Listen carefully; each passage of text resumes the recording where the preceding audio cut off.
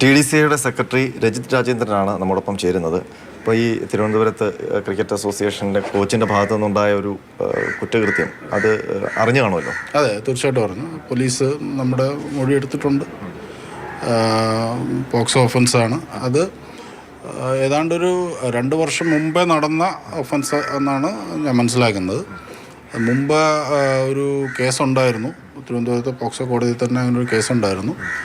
അതിൽ വാസ്തവത്തിൽ ആ കേസ് കൊടുത്ത കുട്ടി തന്നെ പിന്നീട് മൊഴിമാറ്റി പറയുന്നൊരു സാഹചര്യം ഉണ്ടായി. അതുകൊണ്ട് തന്നെ ഈ ഇദ്ദേഹത്തിനെ അക്വിറ്റ് ചെയ്യുകയും ചെയ്തു കോടതി. വ്യാജ കേസായിരുന്നു എന്നാണ് അന്നത്തെ ഒരു സാഹചര്യത്തിൽ നിന്നും കോടതി വിധിയിൽ നിന്നും ഞങ്ങൾ മനസ്സിലാക്കിയത്. ഇപ്പം ഈ പരാതി വന്ന പശ്ചാത്തലത്തിൽ ഇപ്പോൾ ഈ കോച്ച് അസോസിയേഷൻ്റെ ഭാഗമായി ഉണ്ടോ? എന്താണ് അയാളുടെ ഇപ്പോഴത്തെ സ്റ്റാറ്റസ്? ഇല്ല, മനു സത്യം പറഞ്ഞാൽ ഈ വിഷയം വരുന്നതിന് ഏതാണ്ട് 1 മാസം മുമ്പ്, ഏപ്രിൽ മാസം പകുതിയോടുകൂടി അദ്ദേഹം റിസൈൻ ചെയ്തിരുന്നു.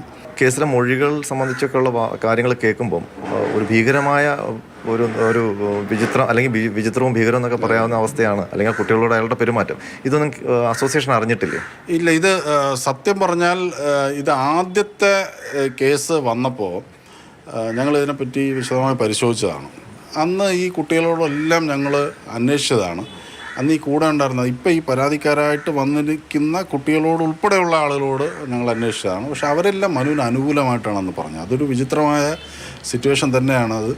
അതുകൊണ്ട് തന്നെയാണ് ഒരുപക്ഷെ കേരള ക്രിക്കറ്റ് അസോസിയേഷനും ട്രിവാൻഡ്രം ഡിസ്ട്രിക്ട് ക്രിക്കറ്റ് അസോസിയേഷനും കുറച്ച് ഒരു ബ്ലൈൻഡ് ആയിരുന്നു ആ കാര്യത്തിൽ എന്ന് വേണമെങ്കിൽ പറയാം. ഈ തെങ്കാശിയിലുള്ള ടൂർണമെൻറ്റിലേക്ക് പോകുന്നത് അസോസിയേഷൻ അറിഞ്ഞിട്ടാണോ?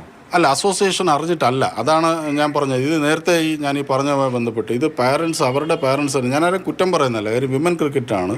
വിമൻ ക്രിക്കറ്റിന് ടൂർണമെൻറ്റ്സിൻ്റെ അവന്യൂസ് പൊതുവെ കുറവാണ്. അത് പാരൻസും കോച്ചും അടങ്ങിയ ആ ഒരു ഗ്രൂപ്പ് തന്നെയാണ്, പിള്ളേരും അടങ്ങിയ ആ ഗ്രൂപ്പ് തന്നെയാണ് അവർ ഡിസൈഡ് ചെയ്ത് അവർ തന്നെയാണ് ഇത് പോകാൻ തീരുമാനിച്ചതും അവർ തന്നെയാണ് ഇത് പോയത്. ഈ മനു തന്നെ 4000 രൂപയൊക്കെ വെച്ചിട്ട് ഈ കുട്ടികളുടെ നിന്ന് വാങ്ങിക്കുമായിരുന്നു പറയുന്നത്. അതൊന്നും അസോസിയേഷൻ ആവശ്യപ്പെട്ട ഫീസൊന്നും അല്ലല്ലോ? അല്ലല്ല, അസോസിയേഷൻ ഒരു തരത്തിലുള്ള ഫീസും ഒരു കുട്ടിയുടെ ഒന്നും വാങ്ങാറില്ല. ഈ കോച്ചിങ്ങിന് പോലും തുടക്കത്തിൽ ആ രജിസ്ട്രേഷൻ എന്നുള്ള നിലയിലൊരു ചെറിയ ഫീസ് വാങ്ങിക്കാറുള്ളതല്ലാതെ മറ്റ് ഒരു ഫീസും ബോർഡിൻ്റെ കീഴിലുള്ള ഒരു അസോസിയേഷൻ ഒരു ഫീസും ഒരു ഘട്ടത്തിലും ഒരു കുട്ടിയുടെ ഒന്നും വാങ്ങിയല്ല. ഈ മനുവിനെ എങ്ങനെയാണ് ഇവിടെ നിയമിക്കുന്നത്? അത്യാവശ്യം നന്നായി കളിക്കുന്ന ഒരു പ്ലെയറായിരുന്നു.